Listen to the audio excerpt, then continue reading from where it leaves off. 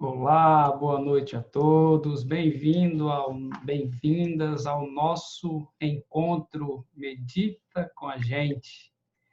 E o tema de hoje é meditar aprimora o nosso poder de decisão e ajuda a mudar comportamentos e hábitos. Tudo bem? E como todo encontro, vamos começar agora com uma breve prática para a gente fazer a transição do ambiente de trabalho para o Medita com a gente.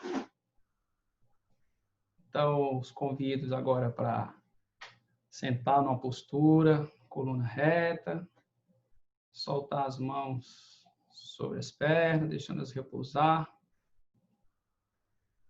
Então, a gente fecha os olhos, fazemos 2 respirações profundas.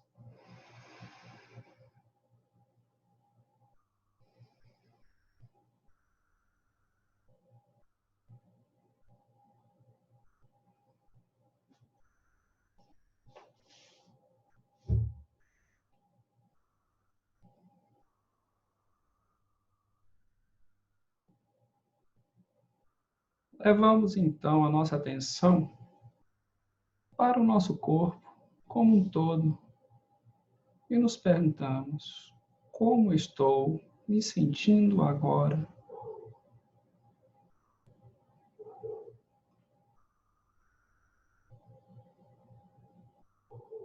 Observe as sensações do seu corpo como um todo. Pernas, peito, costas, cabeça, braços, ombros, mãos.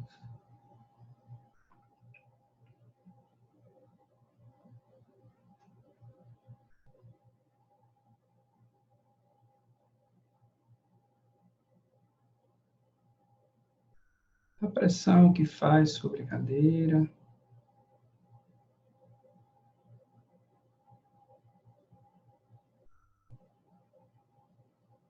Contato da sua pele com a sua roupa.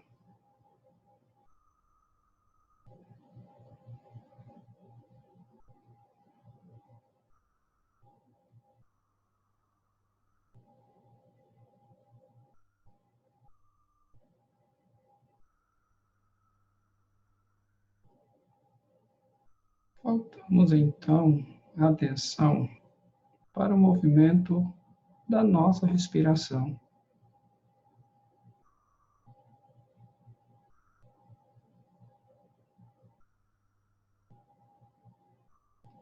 Observe o entrar e o sair do ar.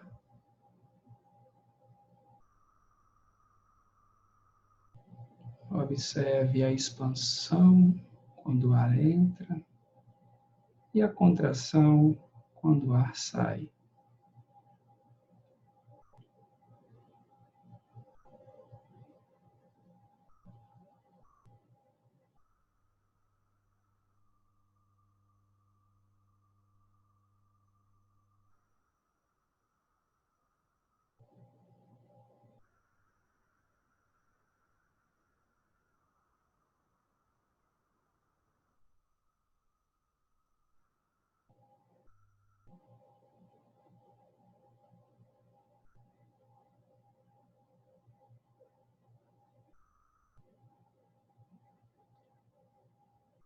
Então, a partir de agora,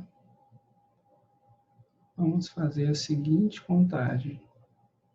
A cada exalação, a gente vai começar uma contagem decrescente de 5 até 1. Então, inspiramos.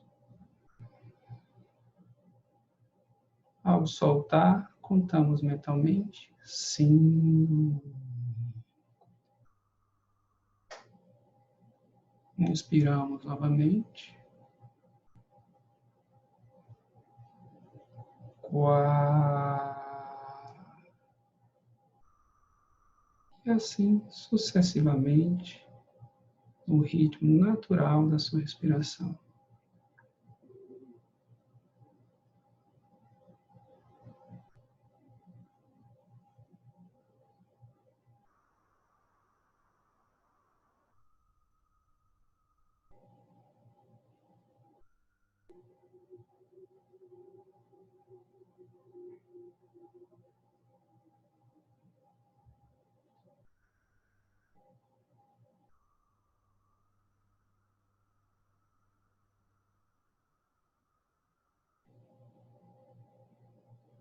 O reservoir azul é que fica.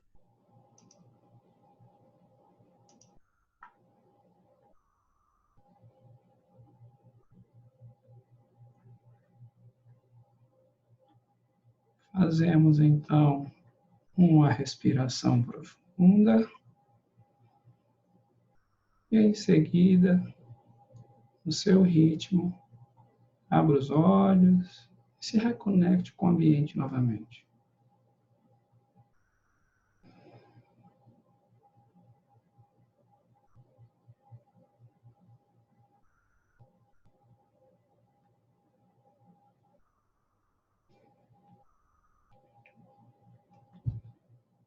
E aí, tudo bem, gente?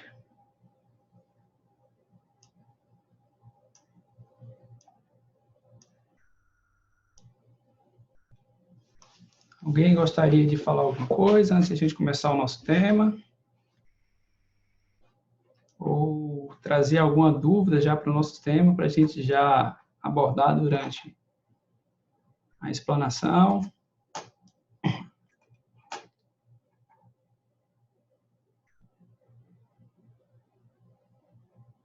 Então, tá ok. Vamos começar o nosso bate-papo com o tema de hoje, que é meditar aprimora o nosso poder de decisão e ajuda a mudar comportamentos e hábitos. Vou colocar aqui compartilhar com vocês a tela.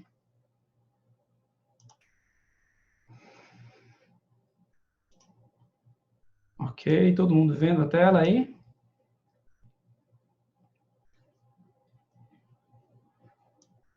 Bem, gente, o tema de hoje é um tema que me fascina, porque foi estudando esse tema que eu comecei a meditar e fui procurar meditação. Isso aconteceu há 4 anos atrás, né? E aí eu fui me resgatar novamente na prática da meditação, algo que eu já pratiquei há muito mais tempo, pratiquei há uns 20 anos atrás, tinha deixado de lado. Na verdade, naquele tempo eu não meditava, depois descobri que eu fazia a técnica de relaxamento.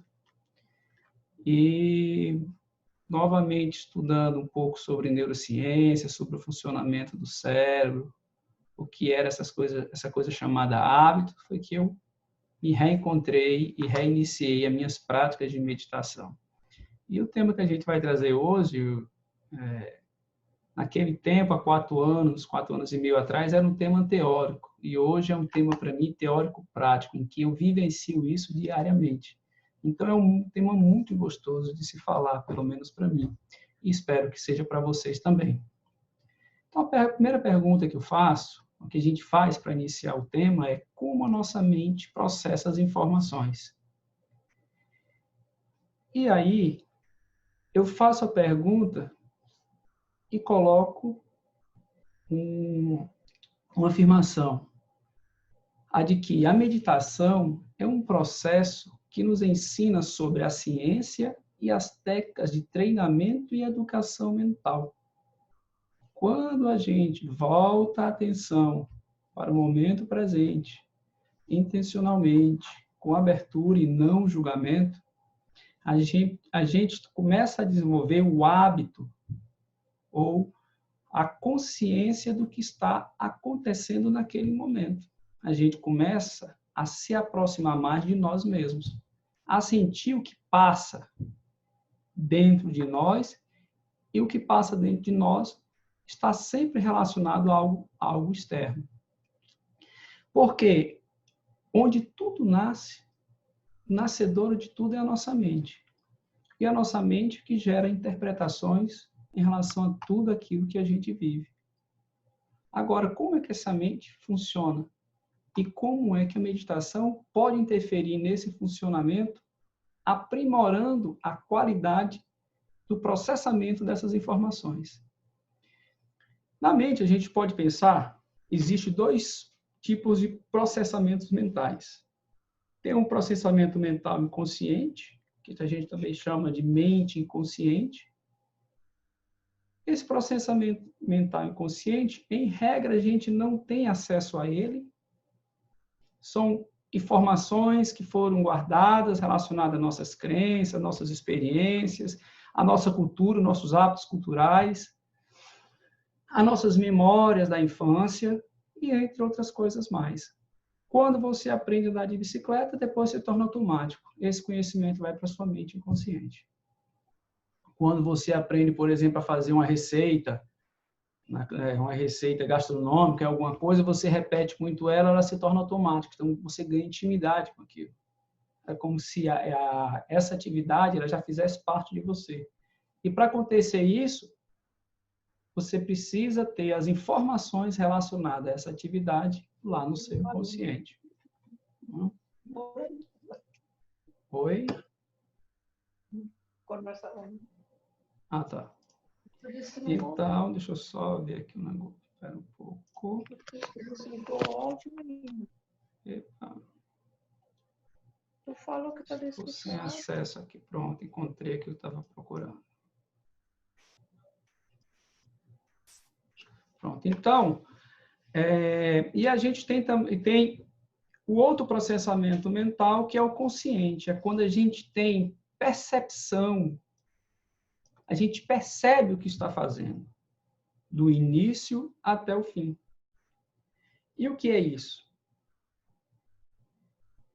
Diante de uma situação, a gente racionaliza sobre o que está acontecendo. E, geralmente, essa racionalização também tem elementos que vêm do inconsciente. Mas o que é interessante é que esse processamento mental consciente, ele não consegue ter acesso a tudo que é gerado pelo processamento inconsciente. Ou seja, do que a gente recebe do inconsciente, a gente faz uma seleção, né? Interpreta aquilo e cria uma síntese ou uma resposta. Por exemplo, se a gente, numa determinada situação, age de forma desagradável, a gente pede desculpa. Isso é uma interpretação. Por que eu agi daquela forma? E, às vezes, a gente age sem perceber, porque o inconsciente é que está por trás dessa ação. Né? Então, a realidade da mente consciente, em parte, se passa pela síntese de uma realidade interna, que ela não consegue alcançar todas as informações, né? E externaliza essa informação com base nesse conhecimento interno. E o que é interessante, né? O tema de hoje começou quando eu li esse livro, O Executivo e o Elefante, de Richard Daft. O executivo, dentro da metáfora que ele usa no livro, né, ou analogia, seria mais correto, corresponde à nossa mente consciente, aquela mente que pensa, que racionaliza, que cria objetivos, busca alcançar metas. Né?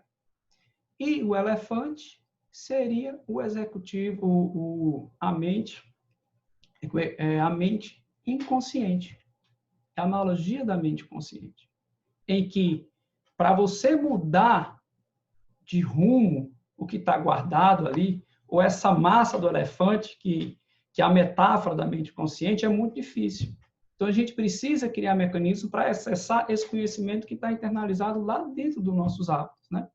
E o processamento consciente, ele é mais lento do que o executivo, né? O executivo interior, ele trabalha de forma mais lenta do que o nosso elefante interior. Por quê? Porque ele usa a razão. Ele é lento porque a sua linha de pensamento é mais elaborada, é racional, ele é mais cauteloso. E uma das formas, ou um conteúdo que ele se utiliza para se comunicar é a linguagem. Imagina quando você aprendeu a falar, você aprender a fazer uma junção entre símbolos, sinais sonoros relacionados a esses símbolos, e por trás desses símbolos existem conceitos, existem conteúdos. E mais, uma mesma palavra pode ter significado completamente diferente em outra cultura. Não é? Imagine aqui o cearense cheio de gíria, o cearense chegando a falar gíria em São Paulo, o paulista chegando a falar gíria dele aqui em Fortaleza. Então, para a gente parar e perceber essas coisas, a gente precisa pensar, precisa buscar essas informações e, como é que eu digo, se reposicionar diante dessas informações. Já a mente consciente, não. É o nosso elefante interior. É autônomo, é rápido, é econômico e é eficiente. Porque imagina, se você fosse para o trabalho e precisasse ficar pensando o tempo todo, poxa, como que eu passo a marcha, como que eu olho para frente e preciso dar seta porque está vindo aquele carro, a gente faz isso de forma automática. O que significa que cada tipo de processamento mental tem uma função bem determinada. E eles são bons. A questão é quando um extrapola em relação ao outro. Quando um é mais exagerado. Tem pessoas que são extremamente irracionais e têm dificuldade de acessar o interior. Tem pessoas que são extremamente emocionais, não conseguem acessar o racional, né? Ao mesmo tempo, tudo que passa dentro dela, ela se expõe de forma exagerada, né? Então, as duas formas de processamento não são úteis, não são importantes. Trabalhar no modo automático também é importante. O modo automático é o que a gente chama de modo fazer. O modo consciente é o que a gente chama de modo ser. Então, a meditação, ela é um processo que ajuda a fazer a transição entre o modo fazer automático e entre o modo ser. O problema está quando a gente passa a maior parte do tempo somente agindo na forma automática. E aí vem os problemas, porque a gente está sendo o tempo todo, como é que eu digo, pescado por distrações externas, e a gente não percebe isso. E a gente começa a cansar. E é mais ou menos o seguinte, né? Você acorda de manhã e leva uma topada na cama. Você já tem aí uma, como é que eu digo, uma motivação para ficar com raiva. Aí você, tudo bem, é só uma topada. Aí você vai tomar banho, ok, o chuveiro elétrico não funciona. Então você tem que tomar banho em água gelada e você não gosta. Pronto, mais um motivo para ter raiva. Mas aí você vai levando. Aí vai, se arruma, entra no carro. No meio do trânsito, uma pessoa vai lá e te tranca. Aí você perde a estribeira. Ou seja, você teve diversos mecanismos durante o teu dia e você não percebeu que eles são potencializadores de gerar irritação em você. Então, quando acontece uma terceira perturbação, você perde esse controle, porque você não tem consciência do que está acontecendo internamente, do que essas coisas geram internamente de você. E aí, quando a gente fala a mente consciente, o executivo interior, o elefante interior, a gente volta para as figuras do diabinho e do anjo, né? Aquelas duas pessoas que ficam aqui cutucando a gente. E aí, faço ou não faço? É bom ou é ruim? Não é? Isso era como se fosse, o Richard Daft chama, como se fosse dois eus, dois selves, não é? Era como eu fosse duas pessoas, uma pessoa que raciocina, planeja, desenvolve pensamentos, projeta, cria objetivos, e outra que é meramente emotiva, movida por impulso. E aí é onde entra a analogia entre as duas mentes, né? Uma é a razão, a outra é a emoção e o impulso. E nas tradições religiosas, a gente ouve falar de anjo e o diabo, ou anjo e o demônio. E o que é interessante, que eu aprendi com a meditação, que anjos e demônios, dentro da nossa mente, estão presentes. São os pensamentos que são bons e são os pensamentos que a gente quer evitar. E é comum a gente escutar isso, olha, quando tem um pensamento ruim, você tem que extirpar ele de você. joga ele fora. Mas a gente já aprendeu em outros encontros que quanto mais a gente nega um pensamento, mais nega uma emoção ou uma sensação, mais ela ganha força. E a única forma da gente fazer com que isso que nos incomode perca força é justamente se aproximando dela, fazendo amizade. Uma coisa é você se aproximar e chamar para sentar com você e tomar um café. Outra coisa é você se aproximar e perceber que ela existe e deixa ela se manifestar. E com o tempo, ela vai perdendo força e vai embora. Então, o processo que a gente aprende por meio da meditação para evitar pensamentos ruins, não é brigando contra os pensamentos ruins. É sabendo que eles existem, reconhecendo que eles existem, gerando abertura para que eles se manifestem. Mas a gente também aprende que os pensamentos não são a realidade, são meramente os pensamentos. E compete a gente, por meio da mente consciente, observar e simplesmente perceber que ele não reflete a nossa realidade. Nós não somos os nossos pensamentos.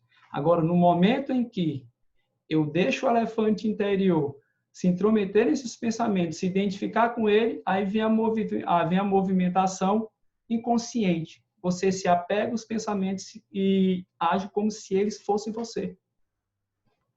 Então, é esse processo que a gente vai aprendendo durante a prática de meditação. E aí, olha, eu gostei muito dessa figurinha aqui, ó. Você tem uma mão e tem vários pontos ali, como se fossem fios ligando ao cérebro, como se a gente fosse marionete, alguém controlando a gente. Mas a verdade é que se a gente olhar para essa figura e acreditar que alguém controla a gente, esse alguém é a nossa mente inconsciente. Mas ela controla a gente mais ainda quando a gente não percebe que ela existe. Ou seja, dentro do processamento da nossa mente, o elefante interior sempre vai levar vantagem informacional em relação ao executivo interior. Porque boa parte do conteúdo das decisões que são conscientes, que a gente acha que está agindo de forma consciente, depende diretamente de informações relacionadas ao nosso passado, ao nosso histórico de experiências passadas. E essas informações estão armazenadas lá no nosso inconsciente. São informações que são registradas, se tornaram automáticas e muitas delas a gente nem sabe que existe. Mas a gente percebe que tem algumas ações, ou, por exemplo, quem tem crianças que têm medo de cachorro, ou adultos que têm medo de cachorro. Se for trabalhar esse medo, ela pode perceber que está relacionado a algum trauma da infância e que ela gerou esse registro. E mesmo hoje, ela sabendo que um cachorro pequeno, inofensivo, dócil, não morde, e ele até quer carinho, quer trocar carinho, ela evita se aproximar desse cachorro. Então, o inconsciente, ele gera barreiras de aprendizado para nós, se a gente não perceber o que ele pode gerar de comportamento. Então, quando a gente acha que as nossas decisões e comportamentos são inteiramente racionais, na verdade, elas não são. Elas nem são inteiramente racionais e nem são inteiramente conscientes. Por outro lado, o que é que a gente busca? Sempre que a gente tem uma ação, a gente cria uma história para justificar o que a gente fez. E a gente sempre busca criar uma história que não seja agradável, nunca que seja desagradável, né? E aí eu pergunto, onde está o nosso poder de decisão se a gente não tem consciência ou completa consciência dos nossos atos? Significa que quando a gente age de forma irresponsável ou a gente tem culpa ou responsabilidade sobre aquilo que a gente faz? E o que é interessante o Frank Anton, né, um neurocientista, escreveu esse livro Neurociência para Leigos, que é bem básico, que é bem interessante também, que fica uma sugestão de leitura para quem se interessar, que ele diz, não, nós não somos irresponsáveis. A responsabilidade decorre do fato de que o momento de decisão consciente, antes da ação, ele é um resultado de um conjunto de memórias e processos e pensamentos racionais que estão lá no nosso inconsciente. Ou seja, tem uma mistura entre os nossos hábitos, as nossas crenças, e essas crenças também têm conteúdos de valores sobre o que é certo, sobre o que é errado. Ou seja, de qualquer forma, esse conteúdo que está lá no inconsciente, ele nos permite fazer alguma previsão das consequências e do que estamos prestes a fazer. Logo, essa escolha é informada pelo nosso histórico.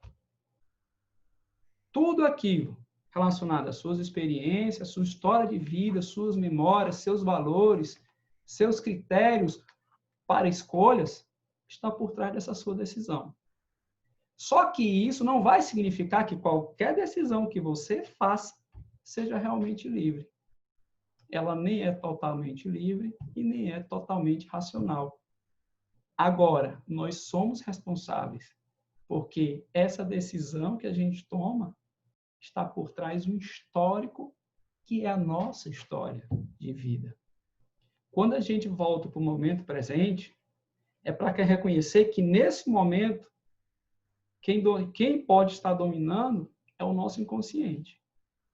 Quando a gente percebe que ele está dominando a situação, se a gente percebe que ele está lá e a gente olha de fora para ele, a gente começa a clarear, abrir o espaço para mudar a decisão, para escolher as formas ou outras formas de decidir.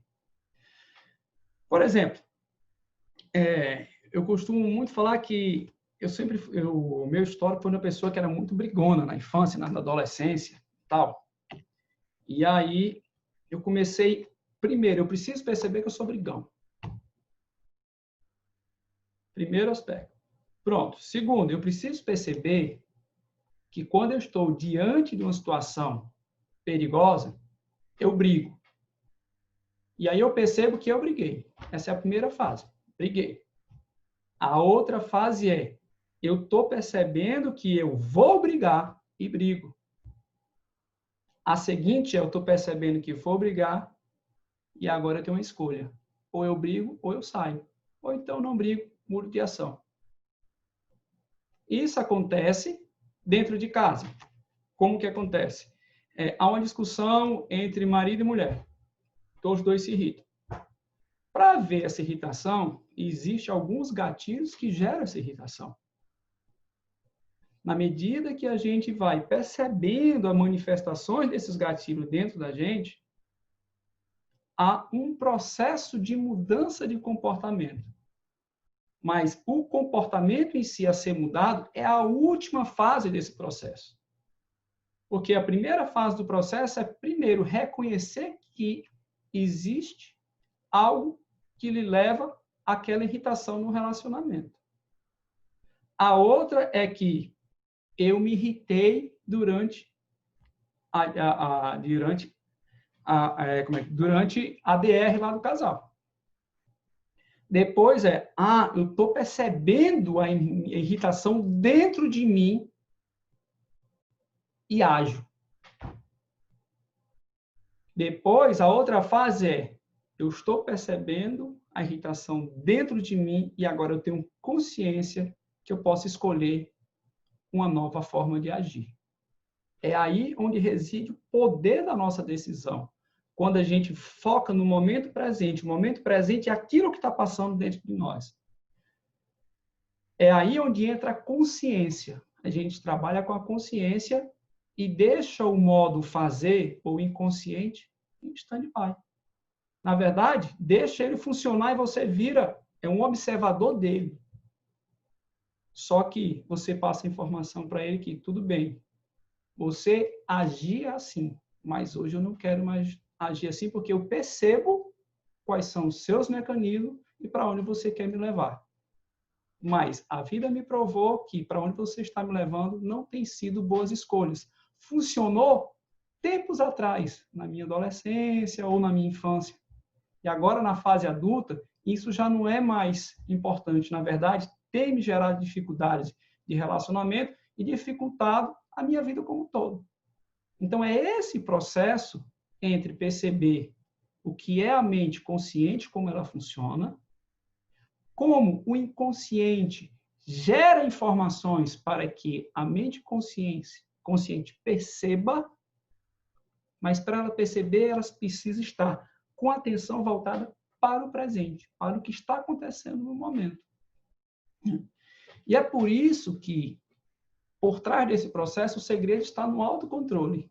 O autocontrole vai refletir a nossa capacidade de resistir a uma tentação para poder fazer aquilo que achamos ser a melhor opção. Essa figura ela é bem evidente, né? Você olha para um chocolate e olha para uma maçã. Qual que você vai preferir? O chocolate geralmente tem uma tendência maior, uma preferência maior do que uma maçã. Pô, o chocolate ele é doce, melhora meu nível de satisfação. A maçã não é tão doce, não é tão gostosa, mas ela é saudável, é importante eu comer. Então, você tem entre o dilema entre a razão e o desejo. O desejo está relacionado aos seus hábitos, né? E a meditação, na verdade, a meditação da consciência plena, mindfulness meditation, aprimora esse nosso autocontrole, porque quando ela volta para o momento presente, com a abertura, sem julgamento, ela atua sobre os 3 componentes fundamentais do autocontrole, que é o controle da atenção, a regulação da emoção e a autoconsciência. O que é interessante?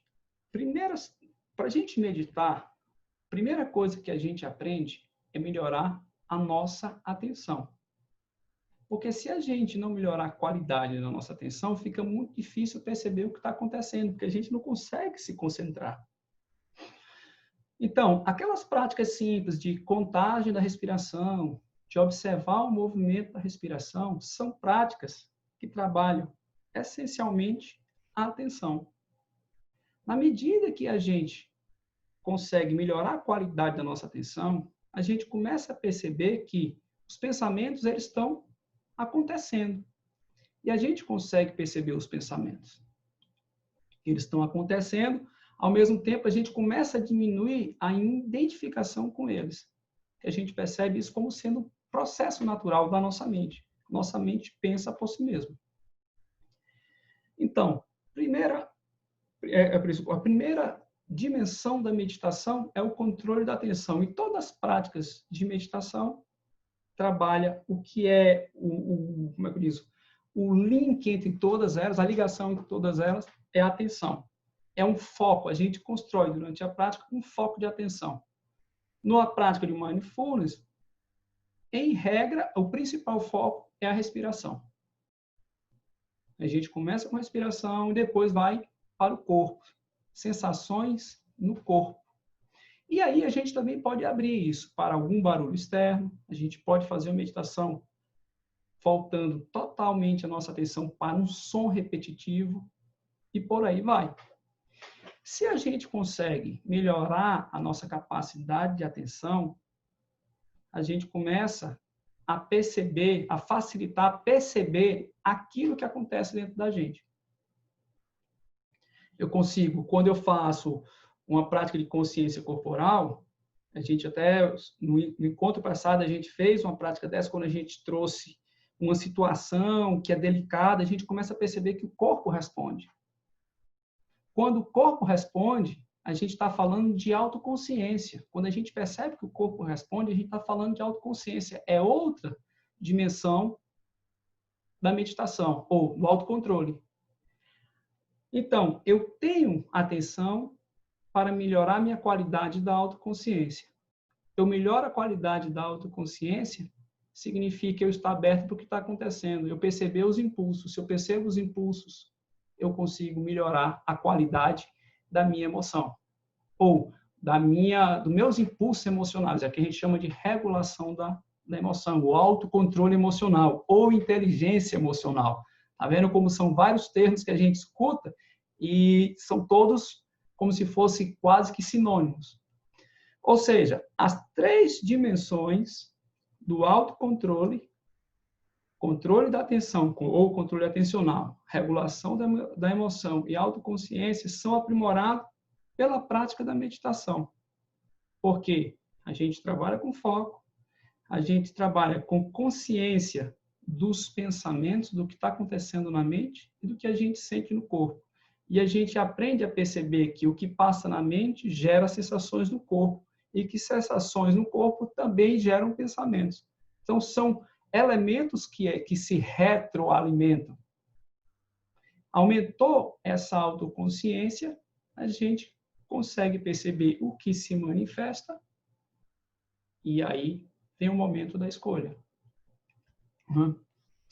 Então, a meditação ela vai ampliar a nossa capacidade de conexão entre o nosso executivo interior e o nosso elefante interior. Tem hábitos que a gente gosta muito, tem hábitos de coisas que a gente detesta. Tem uma alimentação que a gente detesta e não quer saber dele. Mas, quanto mais a gente detesta, mais força esse hábito ou esse pensamento ou essa sensação começa a ganhar força dentro da gente. Por que ganha força? Porque a gente reforça o hábito do elefante interior. Agora, quando a gente gera abertura para o momento presente, observa e sente aquilo como se manifesta, amplia a nossa capacidade de atenção por meio da autoconsciência, observar o que está acontecendo, sem julgar. Observar sem julgar significa observar o que está acontecendo de fora, simplesmente vendo o que está acontecendo. Porque se a gente começar a julgar, a gente está interpretando, a gente está perdendo o momento, a gente está transformando o momento de acordo com a nossa perspectiva. E a prática da meditação não é essa. A prática é simplesmente perceber o que está acontecendo. Quando a gente percebe o que está acontecendo, quando a gente deixa ele se manifestar, se aquilo for ruim, da mesma forma que ele surge, ele vai.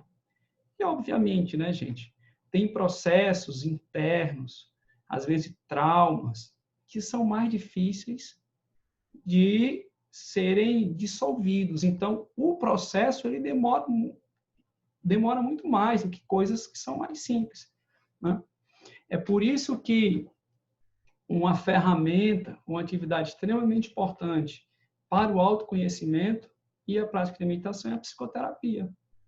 Porque na psicoterapia você consegue focar de forma mais profunda nesse problema específico. Existem outras técnicas, além da técnica da meditação, para você acessar esse seu inconsciente. Significa que tanto a prática de psicoterapia melhora a qualidade da meditação, como a meditação, ela aprimora a psicoterapia porque ela amplia a tua consciência sobre o problema, né? Uma das dificuldades da nossa prática de psicoterapia é entender ou perceber que o problema existe, né? Então, a meditação ela vai ampliar essa conexão entre o nosso inconsciente e a nossa mente pensante por causa da autoconsciência. Mas para a gente alcançar a autoconsciência, a gente precisa passar pelo processo de melhoria da qualidade da nossa atenção, né? A autoconsciência, quando a gente quando nos tornamos observadores nós mesmos, nos mostra o que eu já tenho falado várias vezes aqui nesse bate-papo, que os nossos pensamentos, as nossas emoções e as sensações que a gente sente gerada por esses pensamentos e por essas emoções são passageiros. E eles não refletem quem nós somos. Essa é a grande questão.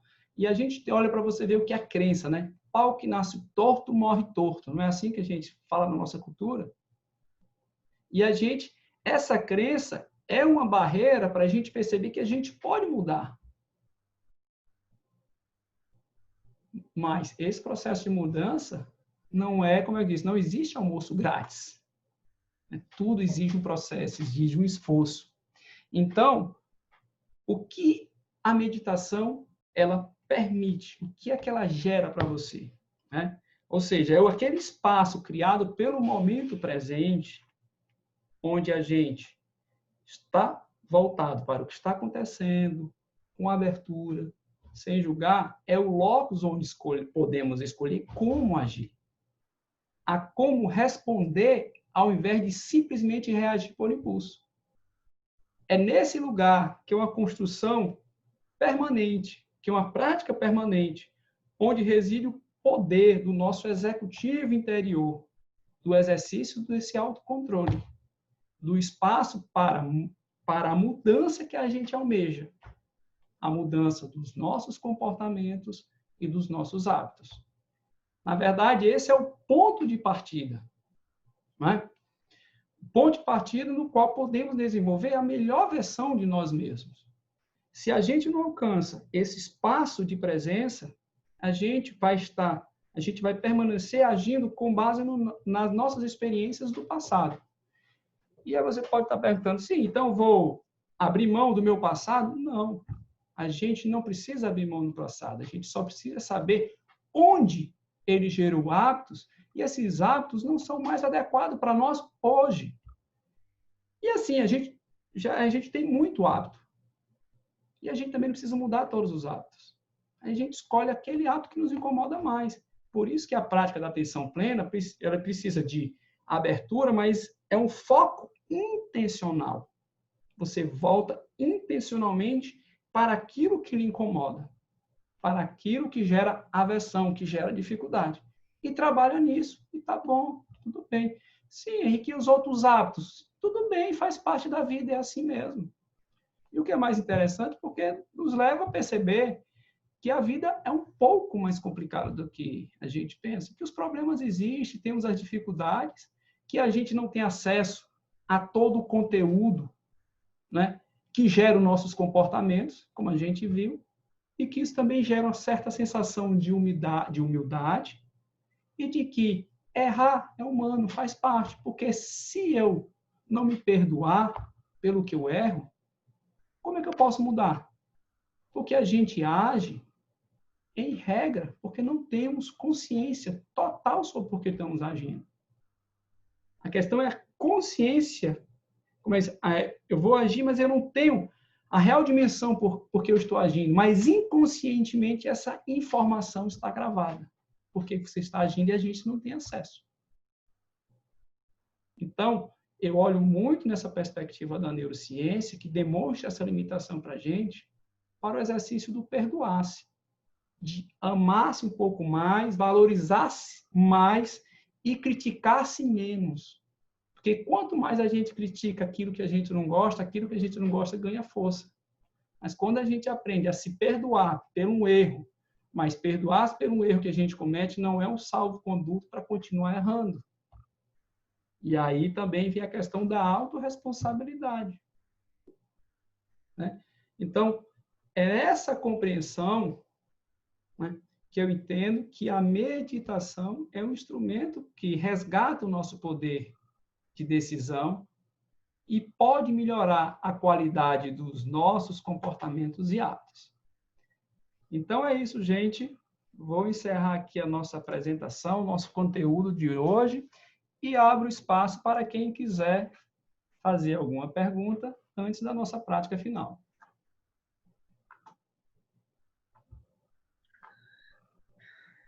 Olá, Henrique. E aí, Rodrigo? Tudo bem? Tudo bem, bem-vindo.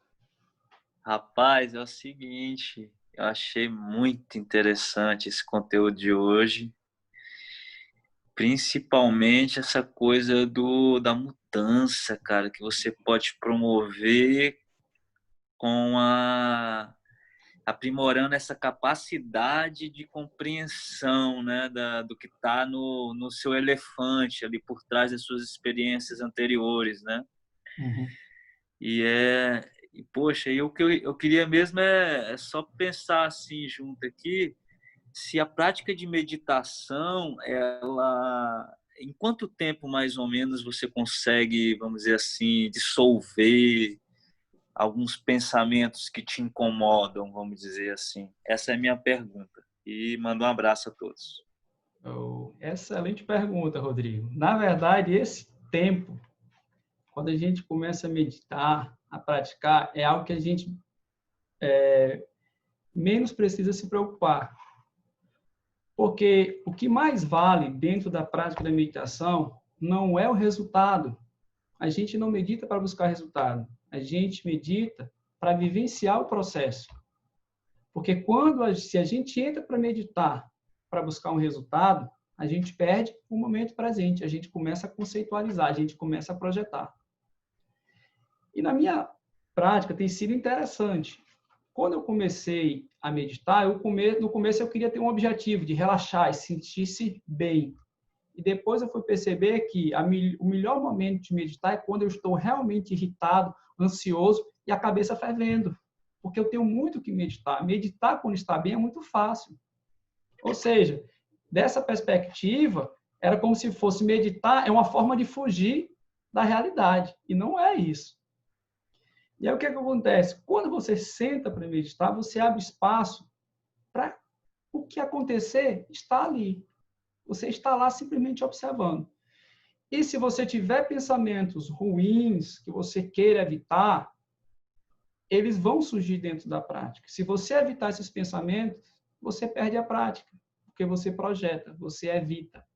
Agora, quando a meditação é se aproximar daquilo que nos incomoda, é a vida como ela é.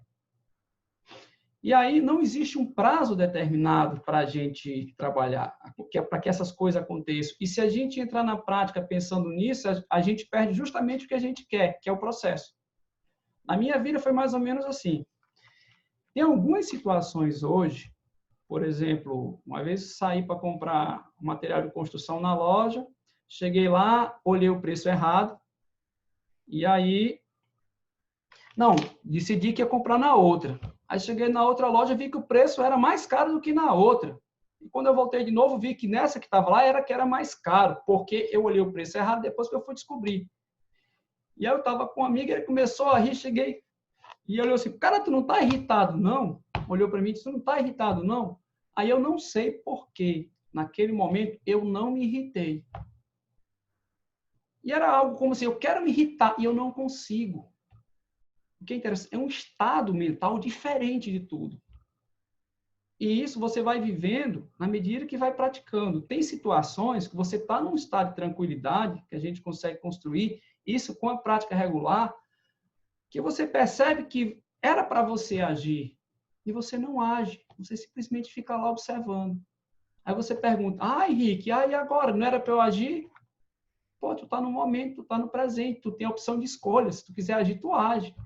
Mas parece que a gente vai criando algumas barreiras mentais ou neuronais que diz aquilo gera um estresse, uma irritação desnecessária para o que a gente busca. E aí o processo vai acontecendo.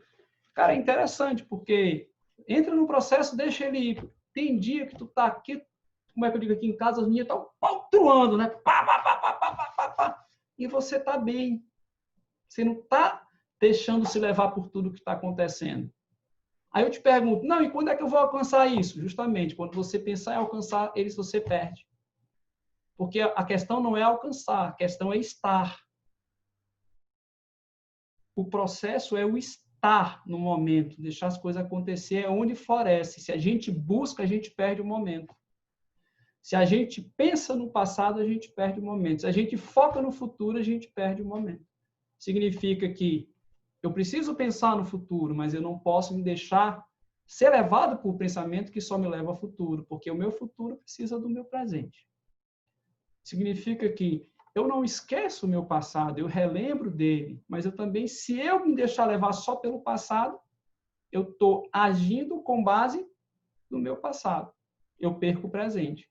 É quando a gente cria essa abertura que o processo dá. Então, assim, na minha experiência, conversando com outros amigos que já meditam, deixa a coisa acontecer. Não se preocupa com o que vai acontecer. Mas eu posso até trazer depois alguns resultados de pesquisa. Uma das coisas que acontece, e é mais ou menos com 2 semanas de prática regular, de 10 minutos, por exemplo, uma vez ao dia, é que você aumenta a sua concentração e diminui muito as distrações mentais, as divagações. Então, o processo da meditação gera isso. E isso já tem efeitos na nossa vida, que é o quê? Se a gente divaga menos, se deixa se levar menos pelos nossos pensamentos, a gente consegue alcançar certo estado de espírito, um certo estado de paz. Porque o que é a sensação de não ter paz? não ter paz, né? É a sensação de que você está com a mente agitada, a mente está cheia de coisa, o copo encheu, o copo transbordou, não é? Mas, ao mesmo tempo, o pessoal, não, então quer dizer que meditar eu vou esvaziar a minha mente? Não.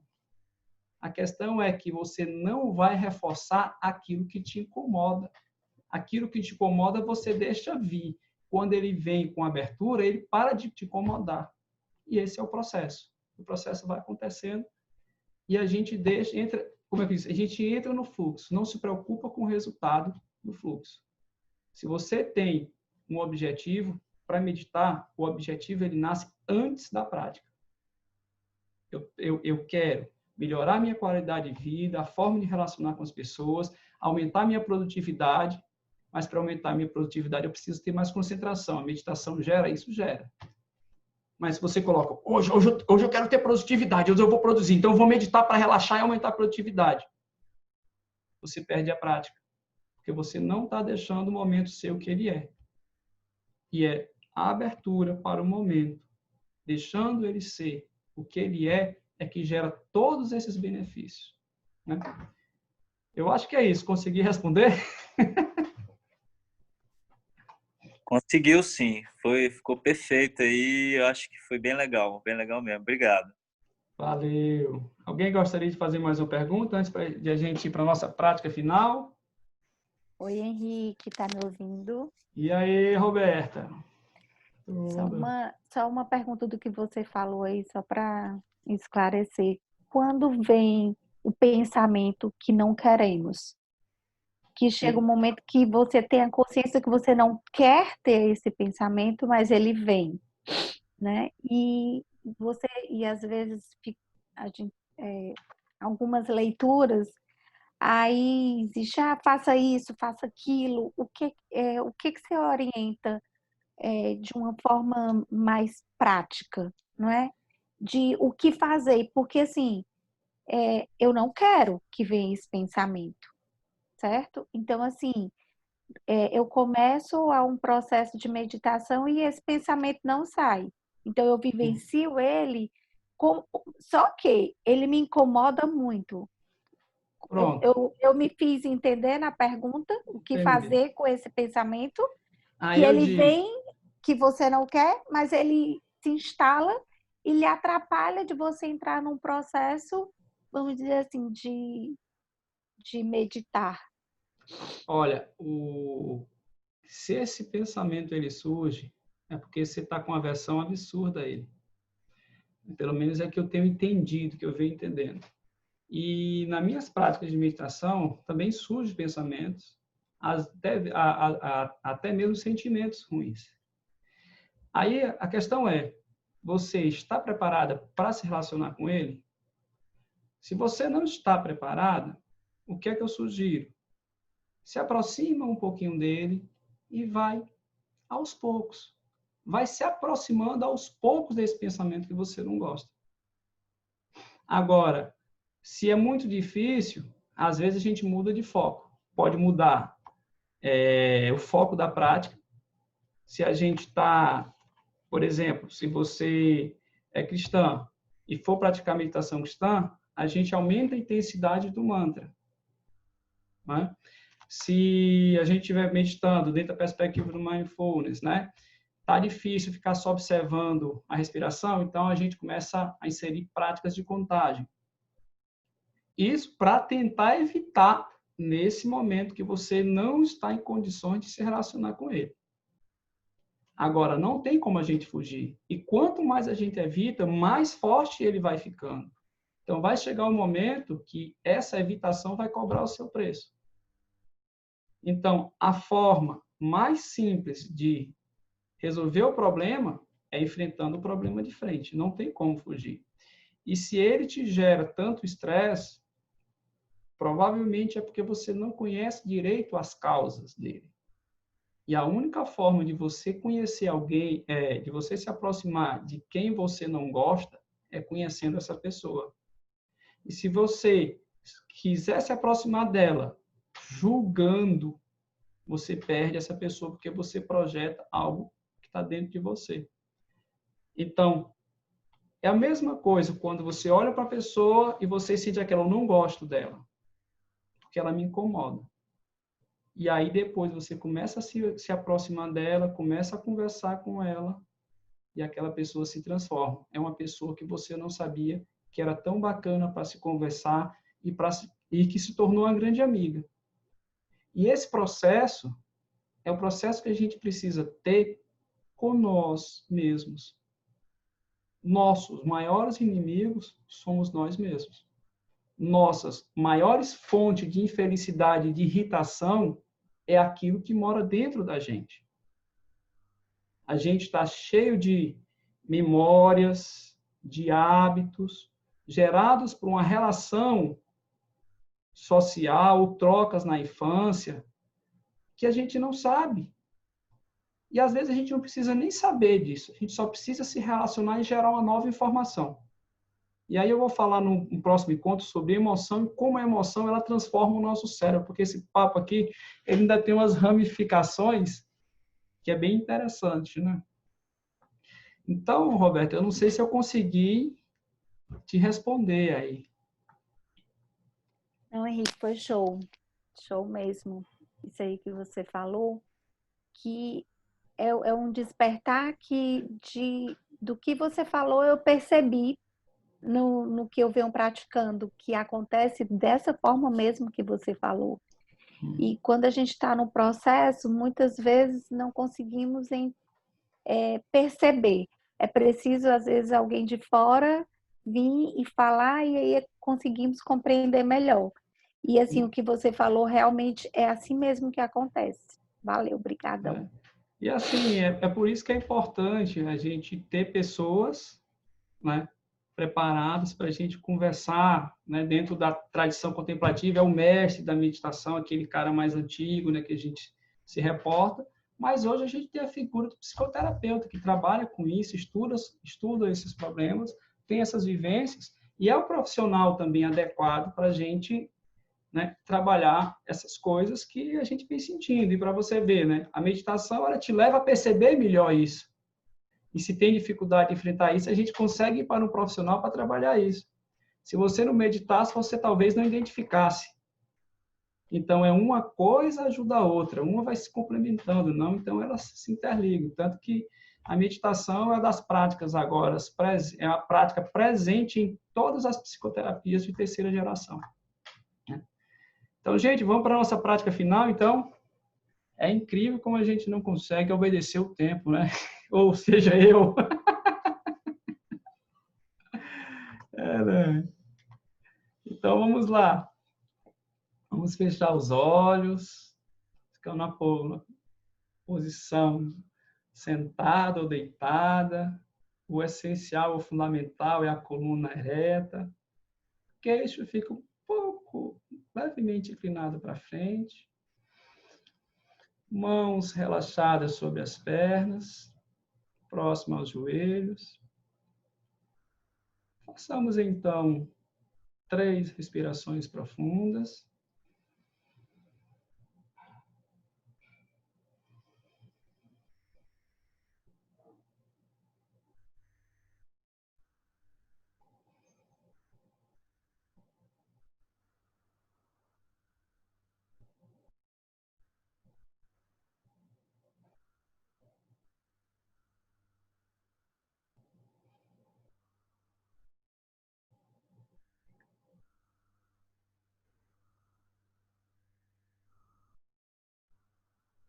Terminadas as três respirações, vamos fazer uma técnica para aprofundar mais a nossa concentração. Nós vamos deixar a respiração fluir livremente e para cada expiração, ou cada vez que soltar o ar, você conta mentalmente no ritmo dessa exalação 10, depois na próxima 9, e assim sucessivamente até 1. Então vamos lá. Inspiramos. Ao soltar, 10.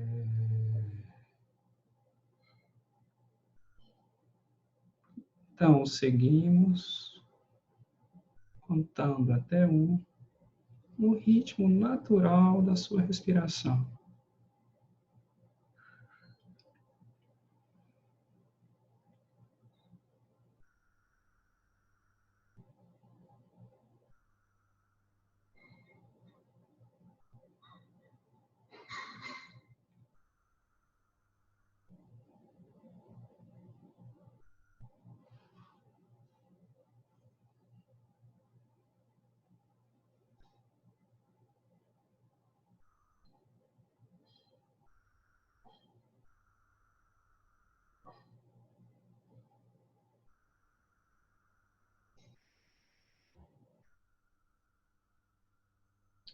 Observe que você de vez em quando se distrai.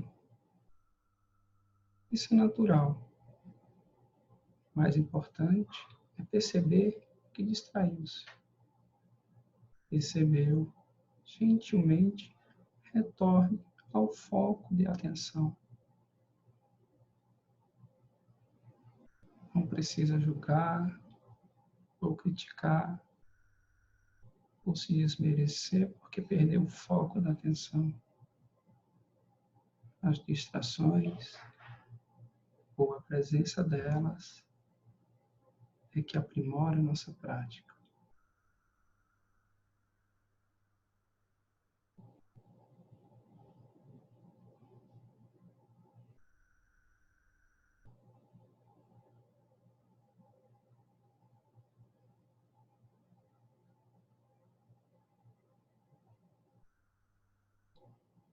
Façamos então mais uma contagem, agora começando de 5 e indo até 1.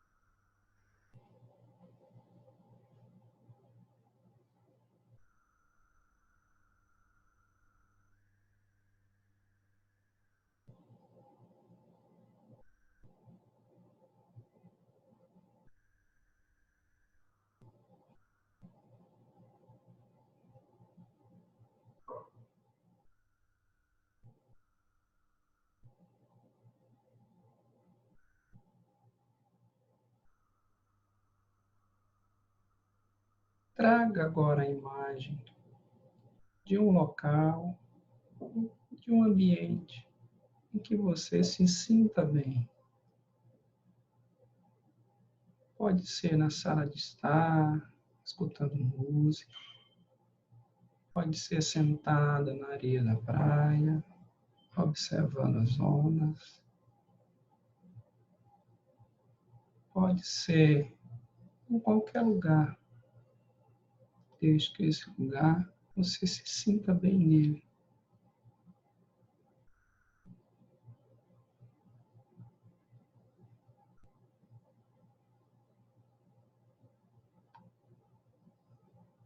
Ao imaginar esse lugar, imagine perceber os detalhes, o cheiro, a brisa,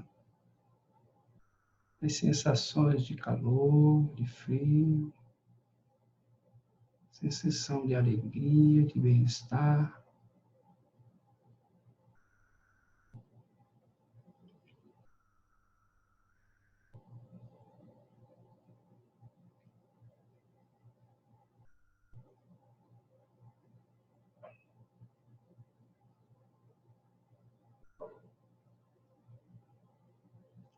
Observe como seu corpo ressoa neste lugar.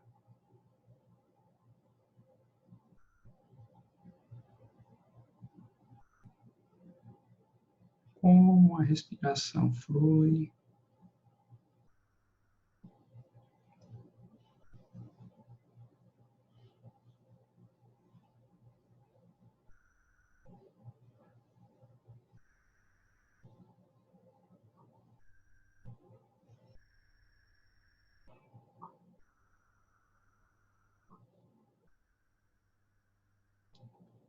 agora,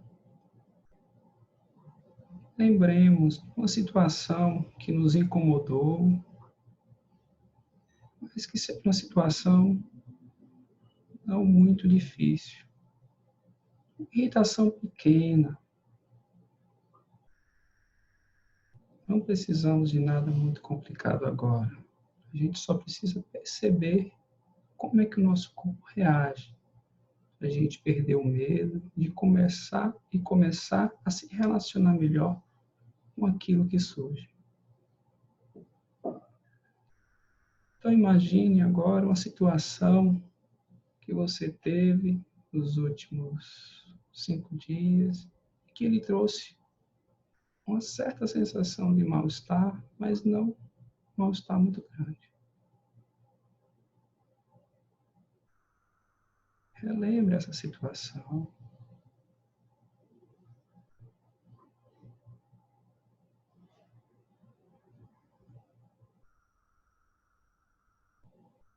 Observe, então, como o seu corpo responde a isso. Como a sua respiração está fluindo agora, diante dessa recordação levemente desagradável.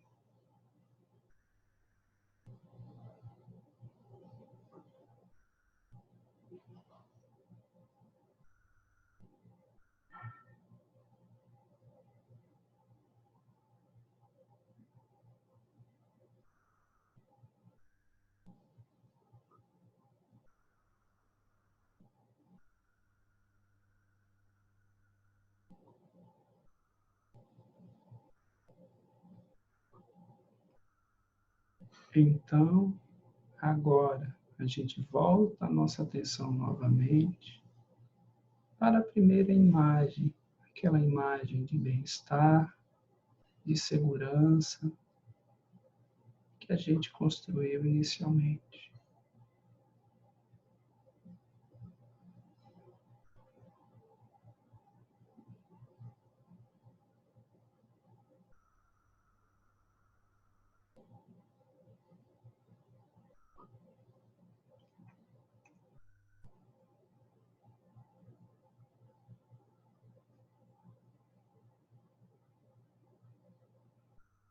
Observe novamente como seu corpo responde.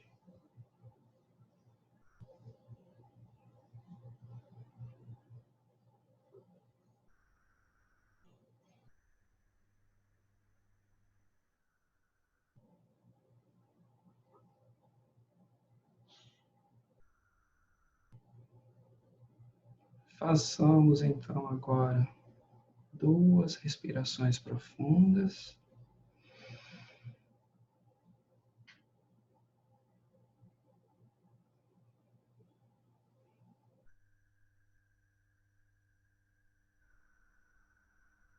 E após, lentamente abre seus olhos, movimente lentamente seus dedos, dos pés e das mãos e se reconecte com o ambiente.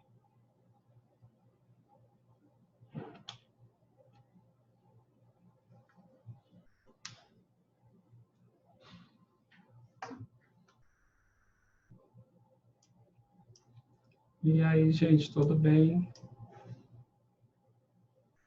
Essa prática é uma prática que nos ajuda a se relacionar com a nossa mente consciente e a nossa mente consciente.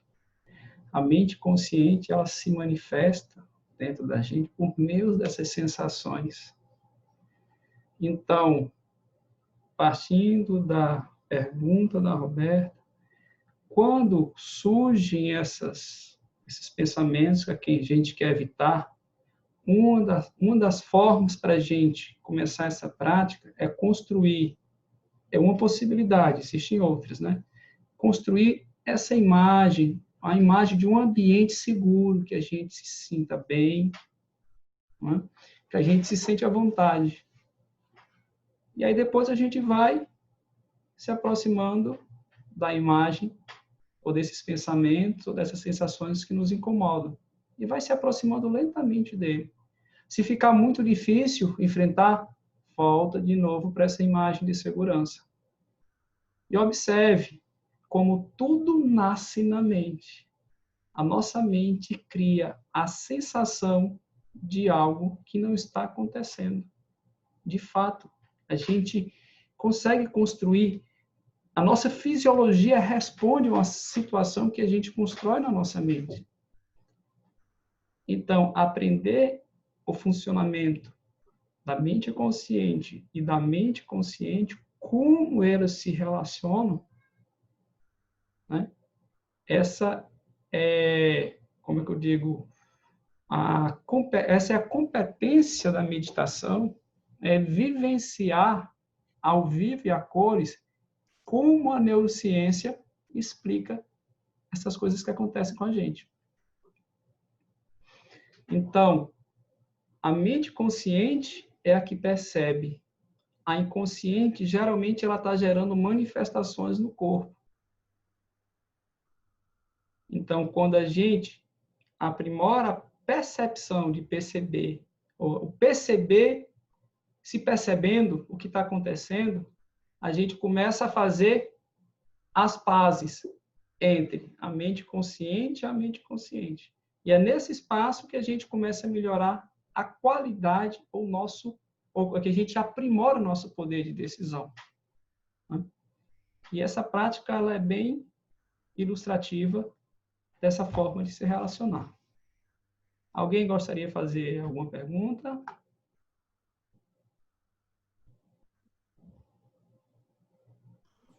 Henrique, tudo bem? Me escuta? Opa, estou escutando, Esther, diga lá. Era só para agradecer pela bela palestra e pela Obrigado. bela prática também. Vou desejar boa noite para você, para Manu, para seus filhos. Obrigado, abraço, meu meu Everton. Mais uma vez, um dia com vários amigos aqui. Iracema, Vede, Rodrigo, Roberta, André Elbal, a Beth, a Dani Almeida. Pessoas de autoestima, assim, no coração mesmo da gente, né? Que bom. E aí, Dani? Boa noite, né? Tá me escutando? Tô sim. Eu gostaria de saber uma dúvida que eu fiquei. Como é que a gente sabe que está projetando dentro da meditação, que é algo fruto do nosso desejo, não é natural? Toda vida que surgiu uma imagem é uma projeção. Toda vida que surgiu uma luz, você começar a viajar na luz é uma projeção. Tanto, se você se vê uma luz e sentiu uma certa sensação de bem-estar e quiser se manter essa sensação, é uma projeção. Quando você deseja, você está projetando. E a prática da meditação, o processo e a mágica por trás disso é justamente a gente deixar a coisa acontecer como está se manifestando. Então, a gente tem essa tendência, né? Antigamente, quando comecei a fazer algumas práticas de meditação, tinha muita questão da visualização e depois tinha que se apegar a isso. E, às vezes, eu não sabia como me relacionar. E aí, depois de um certo passado tempo, quando eu me reencontrei, eu fui me aprofundar de fato na literatura, praticar mais. E é uma coisa que até os grandes místicos falam, se aquilo está bom demais, não se apegue. Vai sair, da mesma forma que surge, vai embora. Se aquilo está ruim demais, não se apegue. Da mesma forma que é ruim, ele também vai embora. Então, tudo aquilo que você começar a desejar que mantenha, você está projetando. Tudo aquilo que você desejar evitar, você está projetando. Por isso que vem a questão do não julgar e de abrir-se para a experiência. Não é? Entendi. Entendeu? Então, você vai perceber isso, esse processo você vai perceber. Na medida da sua prática, e na medida que você percebe isso, a prática vai se tornando mais prazerosa. E toda prática, seja 1 minuto, 2 minutos, 5 ou 10 diário, é completamente diferente da outra. Nunca queira repetir as sensações da prática anterior na seguinte. Porque se você quiser, você projetou e perdeu o momento. Entendi. Entendeu? Entendi. Ficou bem claro. Obrigada, viu? Nada. E Henrique, Iracema. que bom te ver. Hoje me atrasei.